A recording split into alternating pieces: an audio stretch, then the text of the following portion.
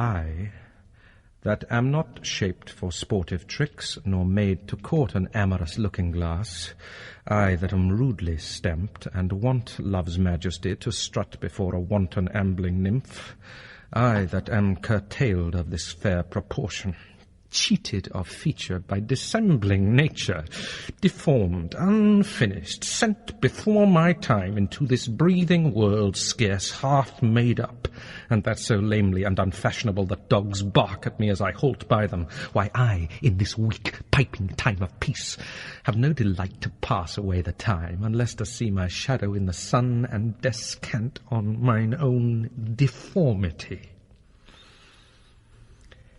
And therefore, since I cannot prove a lover to entertain these fair, well-spoken days, I am determined to prove a villain, and hate the idle pleasures of these days.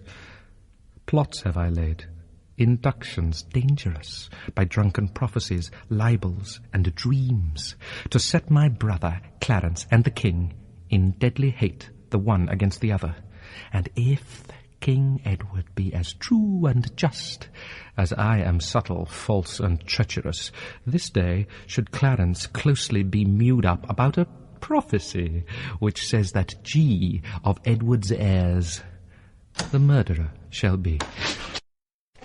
Dive thoughts down to my soul, here Clarence comes. Brother, good day. What means this armed guard that waits upon your grace? His Majesty, tendering my person's safety, hath appointed this conduct to convey me to the Tower. Upon what cause? Because my name is George. Alack, my lord, that fault is none of yours. He should for that commit your godfathers. Oh, belike his Majesty hath some intent that you should be new christened in the Tower.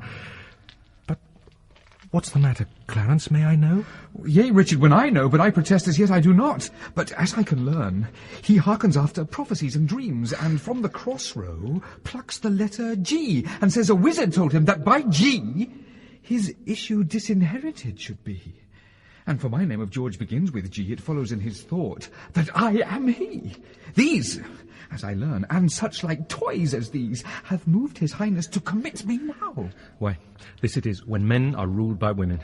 'Tis not the king that sends you to the Tower. My Lady Grey, his wife Clarence, 'tis she that tempts him to this harsh extremity.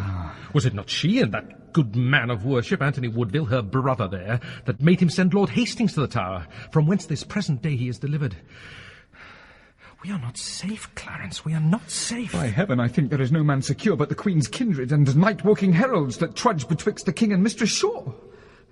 Heard you not what an humble suppliant Lord Hastings was for her delivery? Humbly complaining to her deity, got my Lord Chamberlain his liberty.